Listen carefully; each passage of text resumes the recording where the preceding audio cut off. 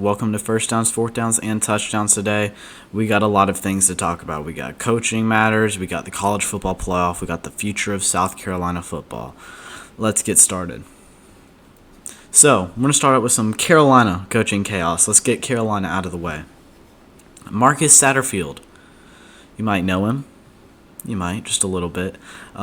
Struggled for the first 10 games of the season. Didn't play well, wasn't aggressive. Screen plays, running up the middle. Bad offensive calling. All of a sudden, Tennessee and Clemson comes. Where did this come from? Where did this Rattler come from? Where did this Marcus Satterfield come from? Where did this offense come from? But for him, those two games didn't prove it. But he left for Nebraska anyways, because Matt Rule was hired as the head coach for Nebraska, and they've not been lifelong friends. Excuse me. They've been friends for a long time. I believe they both coached at Temple and a little while at the Panthers. I think so too. But I think Marcus Satterfield is going back to join Matt Rule at Nebraska. So Marcus Satterfield, you were not the best offensive coordinator at all, but I thank you for what you did for Carolina. Farewell. I hope you do well at Nebraska. Now that is out of the way, potential offensive coordinator hires. I got a few down. First, let's start out with Graham Harrell out of West Virginia. Runs an air raid scheme, and if he was hired, passing numbers would soar in this QB-friendly scheme. Especially Spencer Rattler stays for another year. However, we'll get into that in a little while. West Virginia player C.J. Donaldson rushed for 526 yards and 8 touchdowns in 7 games before injuries. Now, you might be wondering, what does this have to do with anything? That's just a player's stats. Well, he was signed as a tight end. Remind you of a certain player at Carolina? I'll give you a hint. Jaheim Bell. I'll just be straight with you, no hints. So I noticed that's quite a similarity I picked up, the way he is using players like a Swiss Army knife, just like Jaheim Bell. So I think I like when offensive coordinators do that. I think they did it with Jaheim. Good in the last 2 games. They should have done it more all season. But hey, that's a positive right there. Another person, let's talk about Kendall Briles, offensive coordinator at Arkansas, runs a veer and shoot scheme. If he came to SC, he would use Carolina's talented running back room to ground and pound defenses with an occasional vertical shots down there in between. I think I would like this at all because I think I would like this the most out of all of them instead of an air raid, because it keeps the defense on their toes. The linebackers might have to hesitate with either going with helping coverage deep-wise or coming in to stop the run. I think that we have the right running backs to do it. We have the right receivers. Quarterback, we'll see. But I just like this scheme. He'd usually have passing plays on first and second down to keep defenses from stacking the box. I noticed we would run, at least under Marcus Satterfield this season and last season, run up the middle on first down. They kind of know we're passing on second down because we probably lose yards on the first play. So it's very predictable. But with Kendall Briles, if he doesn't do what Satterfield does and does what he usually does, that should help us the unpredictability there. He also includes lots of motion, fast tempo, getting ball carriers in the space, and using deep threats to open up running lanes. And with KJ Jefferson, he used many RPOs, run pass options, and that worked pretty well. Raheem Sanders. I was talking about our running back room. You might be wondering, well, how well does his running backs do? Raheem Sanders, I think they called him Rocket Sanders. When we were playing him, I think they said Rocket Sanders at least once. Somebody correct me if I'm wrong. He had 1,426 rushing yards for 10 touchdowns this season under Briles. That's some pretty impressive stats. That's all I'm going to say for a running back. My final option right here for now is Phil Longo at North Carolina, offensive coordinator. He's ran an air raid offense, which should solve the problems of SC not scoring enough. Once again, I think it's because we haven't been aggressive enough under Satterfield. For example, Florida game, Missouri game, Georgia game, etc. One of the most important reasons I picked him to talk about is because his ability to develop a QB. I think he has his talent with that. For example, when he was at the since he's been an offensive coordinator at North Carolina, he's trained the likes of Sam Howell, who's in the NFL. I think he's on the Commanders, if I'm correct. I think that's where he got drafted to. And Drake May, who's likely to be an All-American at the end of the season, was a Heisman contender until I think it was the NC State game. And did they get upset by Georgia Tech? Hold on, my brain is freezing. Yep, that's right. Georgia Tech. So his Heisman hopes were dashed, but he's been playing great as a freshman. He will be a first-round pick if he keeps progressing at this level. Absolutely phenomenal. So I think Spencer Rattler stays another year, which, once again, I will repeat, I'll get to in a minute. Phil Longo could really help him out. Potentially, Spencer, we could see the Tennessee game, Spencer, all season. That would be a Heisman winner. That would be massive for Carolina to have a solid quarterback, which we haven't had since the likes of Connor Shaw. That would be great. Increase Spencer's Rattler's draft stock massively as well. Now let's get out of South Carolina and go a little bit to other places. Other coaching chaos, may I say. Lane Kiffin is getting a contract extension at Ole Miss. I believe it was bumped up to $9 million a year. I think, if anything, I would have given him the contract extension last year, because this year he lost to Mississippi State for the first time, lost to Bama, lost to LSU. It's just something about Ole Miss there. Like, they go like 6-0, 7-0, and then they just can't get over that final hump. It baffles me a little, but hopefully this money will give him some more motivation. Another thing, Hugh Freeze to Auburn. Ole Miss fans might remember him. I know I've seen that a lot of Auburn fans do not like this, and Hugh Freeze did just has been coaching at Liberty. I believe they upset Arkansas this year. He was at Ole Miss. I believe he resigned because of certain issues, so I know that could be a potential rivalry game right there with Hugh Freeze there. So now let's talk about the college football playoffs. Before we get into the new stuff, let's just talk about what's happening this year. So the top four right now are Georgia, Michigan, TCU, and USC. When I looked at the top 25 last week, I thought that this would be the same. Or like before the predictions came out, or the rankings, I said this was going to be it. I agree with it. Don't see a problem with that at all. Conference championship predictions. I think USC will win because I think it's a revenge game for them, and if they lose this, they're out. Just going to be honest, they're out. Ohio State will take it. TCU loses to number 10 Kansas State. There's some controversy over this. It's been a rising opinion I've seen in the past week that TCU could still make it. I think they can only if USC loses. I think if TCU loses, I think there's favoritism towards Ohio State and Alabama. That's why I think Alabama's above Tennessee, but we'll get that into a second. We'll get into that in a minute. I think with them favoring Ohio State and Alabama, I think if USC loses, they'll go out. Ohio State will come in number 3, and that's if USC and TCU lose. And then TCU goes to number 4. So it'd be Georgia, Michigan, Ohio State, TCU. But if TCU wanted to have hopes after losing to a top 10 Kansas State, USC would have to lose too. And I think USC would have to lose pretty bad. So that's it for USC and TCU right now. Like I said, Ohio State will be the one to make it. They edged out Alabama over the number 5 spot. Now, unless USC and TCU got blown out, which I don't think there's any chance of happening, I don't think Alabama and Ohio State will make it, and I think it will just be Ohio State. I think, speaking of number 5 spot, I think Alabama got robbed. Honestly, I do think Alabama got robbed. Because, let's see, Ohio State got blown out by Michigan, the toughest game of their year, the rivalry game that they wait every single year at home in the Horseshoe.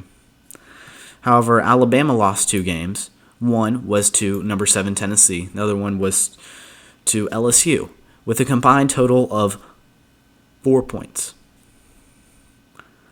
I would rather take a 2-loss team with only 4 points to 2 top 10, top 15 teams over Ohio State.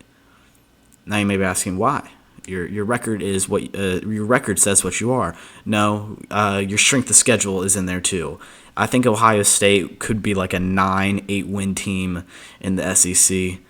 Alabama, I think, would do easy with the schedule that Ohio State has. Now, Alabama has their flaws. So does Ohio State. They are both not the perfect teams that we have seen in the past. But if I was the selection committee and I had the final say, if there's like a tie or whatever, I'd pick Alabama at the number 5 spot. But it is what it is. I can't change the past, can I? Georgia and Michigan are CFP locks. I think that's obvious. Georgia's been dominating, like not as big as last year, but they're still dominating. They could lose to top 15 LSU. They'll be okay. Michigan losing to Purdue. I think they go down to like maybe 3 or 4, and that's just the other 2 win. Yeah, because they're both. Yeah. Michigan, if they lost to Purdue and USC and TCU won, that'd be number 11 and number 10 wins USC and TCU have. So I think they'd move to 2 and 3. Michigan would go to 4. But I think Michigan would still be a lock in the playoffs.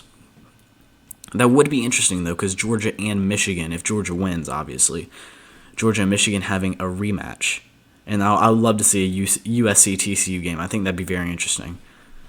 Clemson only dropping 1 spot to number 9. I think I need to discuss this. South Carolina is number 19 now. Highest ranking in CFP history. Not program history, thankfully. Just CFP history, but we got a long way to go. I hope we can get to a national champion. I'm not saying we will right now. I'm not jumping the gun. I'm just speaking.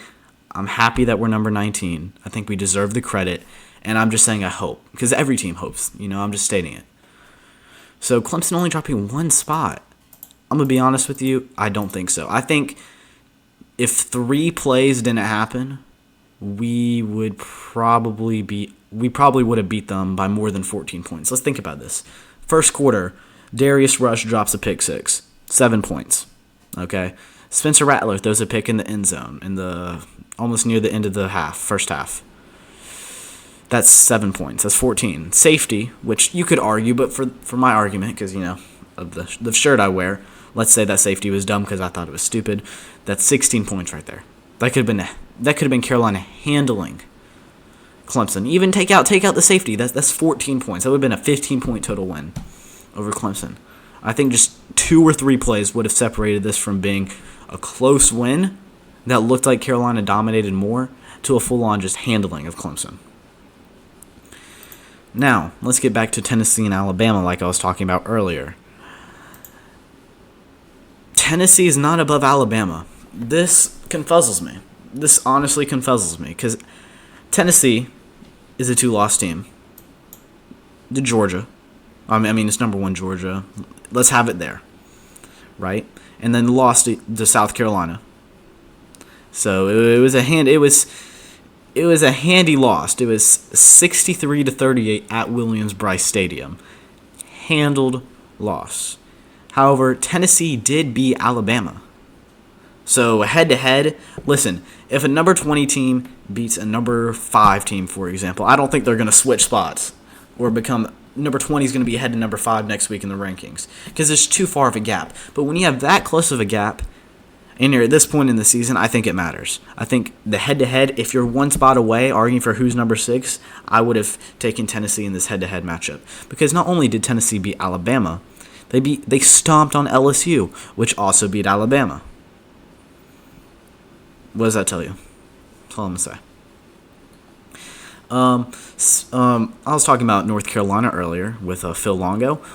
I just want to mention this. It has almost no relevancy, but North Carolina got upset by NC State. It was I think it was an overtime field goal. I think North Carolina kicker missed the field goal.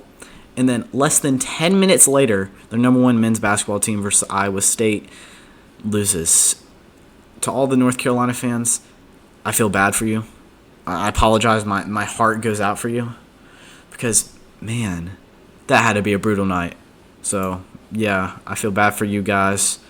I apologize on your behalf, of course, because your team didn't really play pretty right there. Either sport, but I just wanted to mention that. I just wanted to throw that in there because I just found that funny because I was watching on TV and then we saw North Carolina lose and then we switched channels just trying to find the next game. We came upon the North Carolina game and we're like, holy crap, this could be another upset. And then 10 minutes later it was. So it was just a little laugh from me. Now, let's get to not the playoffs now. Let's get it into the future. The 12-team playoff format has been approved for the 2024-2025 season and beyond. The Rose Bowl was the last little hump after, I think it was 18 months of just everybody trying to get that 12-team playoff format in. Luckily, though, the Rose Bowl amended its contracts, and now, 2 years from now, after this bowl season, and after next season, this bowl season, we'll have a 12-team playoff. So let's talk about a little pro real quickly before we get into more stuff. An estimated $450 million of extra revenue will come in for teams and conference participating.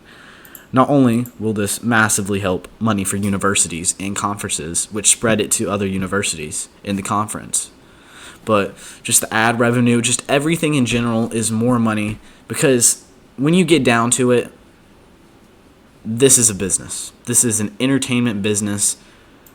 This is just, I think if players are getting paid, then I think this money's worth it. Because if it's almost like the NFL, they get paid a lot, but they play a lot more games. They do. But I think if college players start getting paid, then I really think they should, if they're in the top 12, obviously, they should be playing these more games because make more money, because they're making money. Why can't, $450 million of the universities make money? ESPN's contract with the college football playoff runs into the 2025 and 2026 season. This means for 2 years, ESPN will have control of that playoffs. Now, I don't know if they can manage it. I think it'd be hard to have all these games unless they split it up correctly.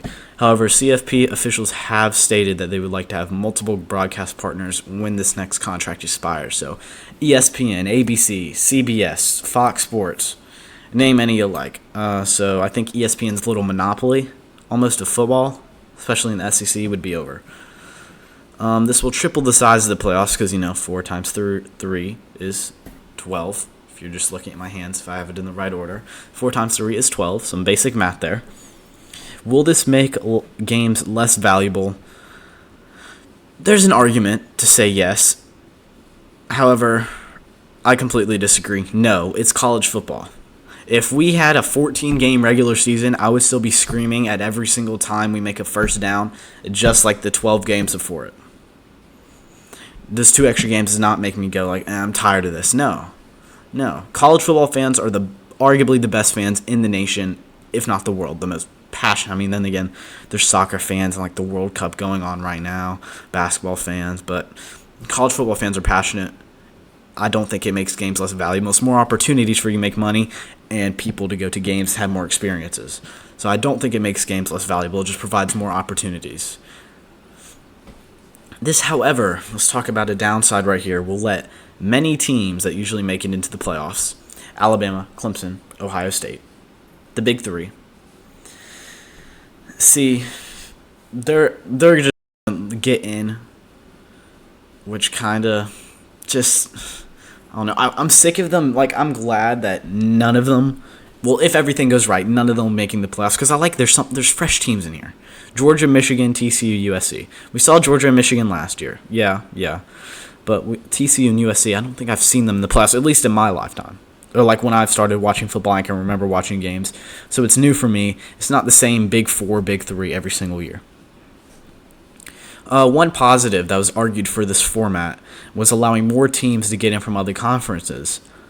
Won't this just allow the more SEC teams? So let's be honest here, okay? So if we went to I have the website pulled up. If we went to the top 12 teams, number 1, Georgia, that's 1 SEC team. Number 6, Alabama, that's 2 SEC teams. Number 7, Tennessee, that's 3 SEC teams. And that's 3 SEC teams right there.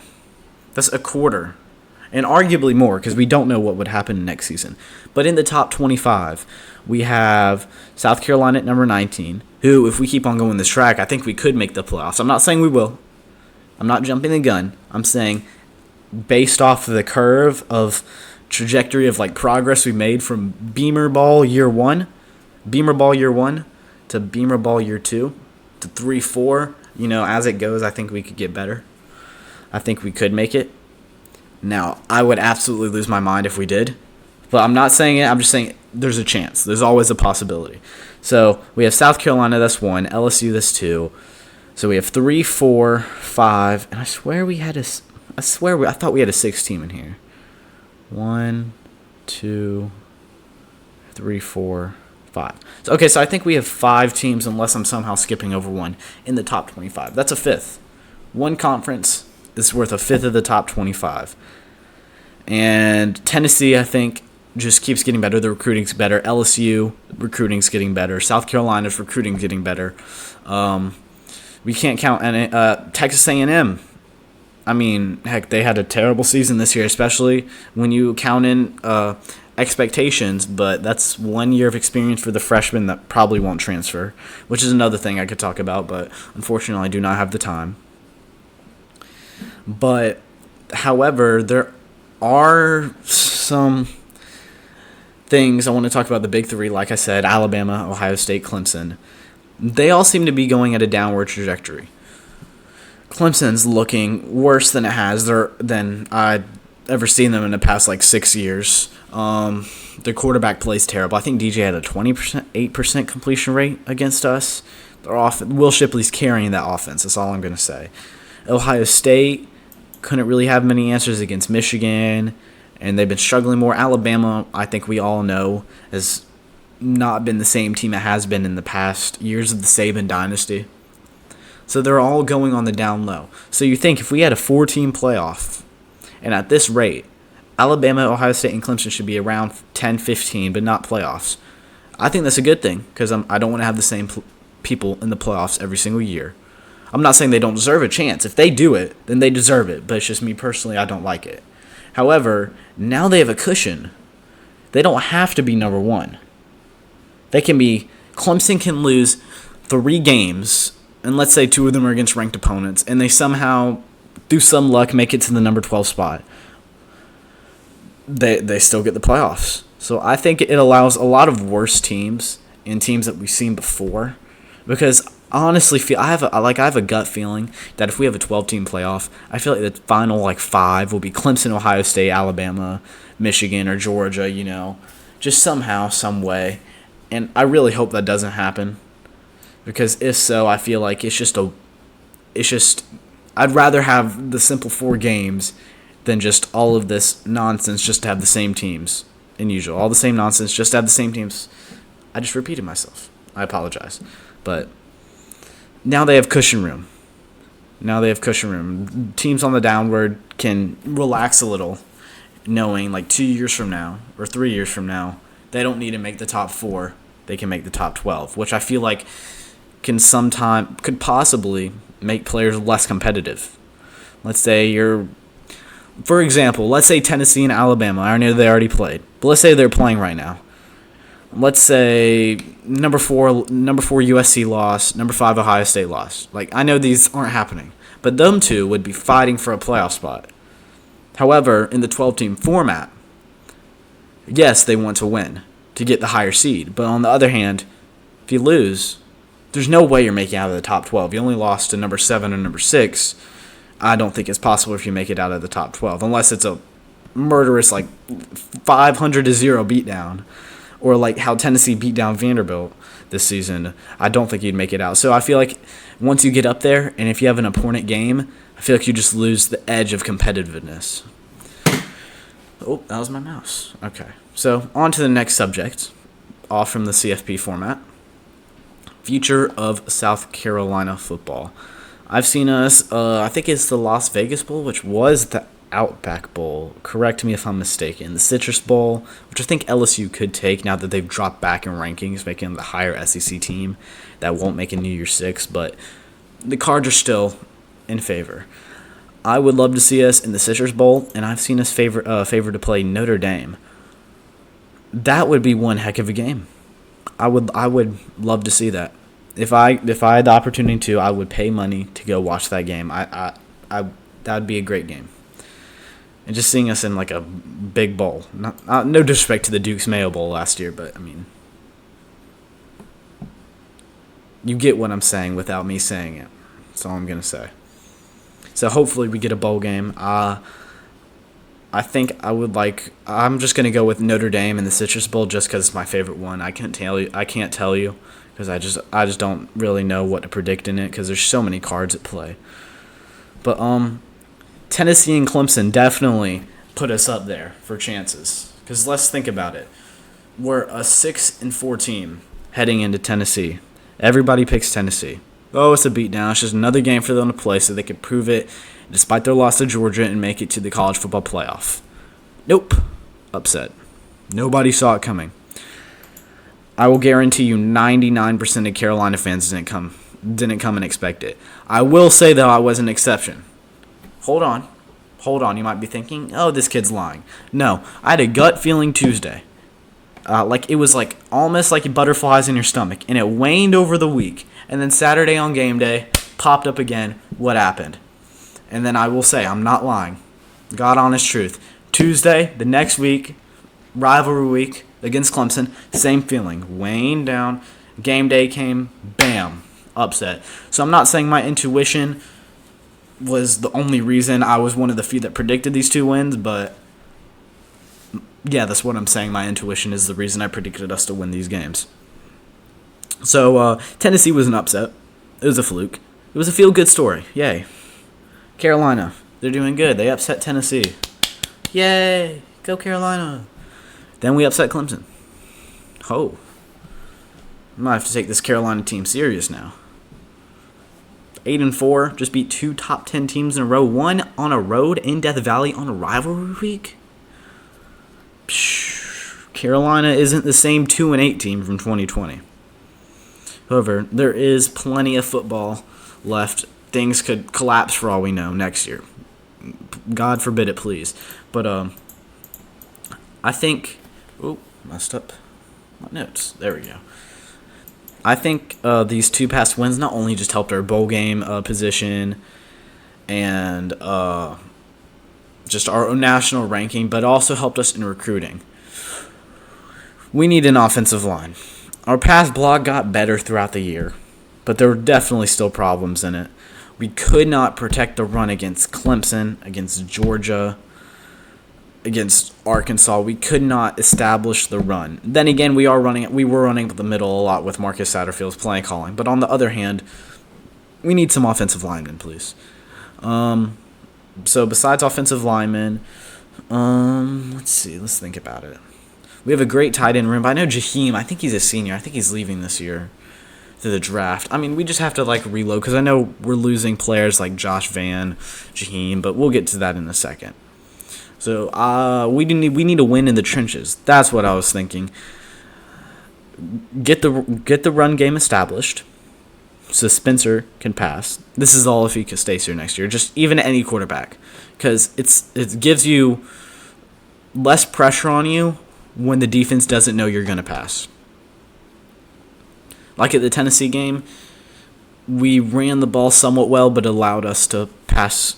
We allowed ourselves to pass and then run, so they didn't know exactly all the time what we were doing.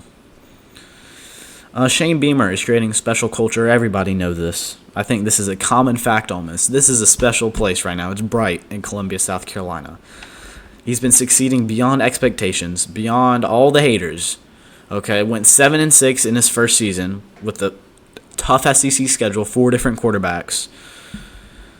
7-6, that was great, honestly. I knew after that Clemson win, Clemson winning against us 30-0 in 2021, I was bummed. But after that North Carolina win, I was like, okay, so I know he can give us some time to bounce back from losses like that.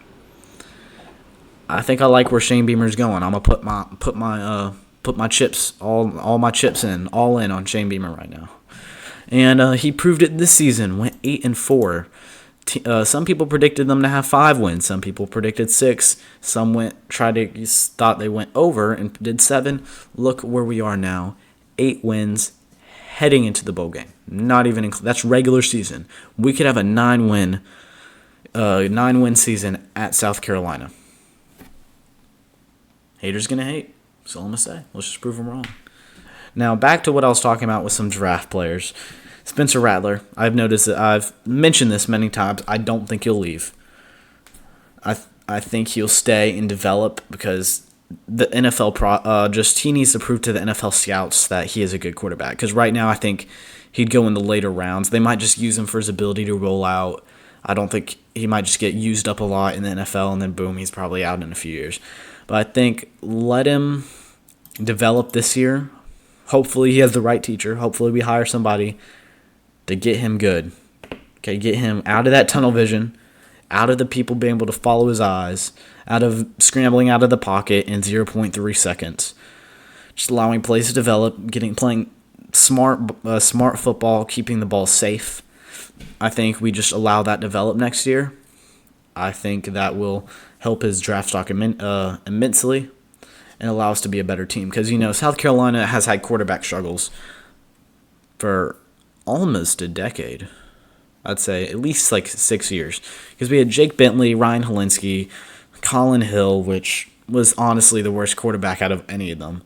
We had Jason Brown, Zeb Noland. We still have Luke Doty, Spencer Rattler. So Spencer, if he comes in as a solid QB, it'd be good for us to have a solid base to build around, which we haven't had in a while. As long as we give him enough time to be able to at least look at his receivers downfield, as long as our offensive line doesn't let him get sacked in half a second. But they've been getting better throughout the season. They looked ugly in the beginning. They've been getting better.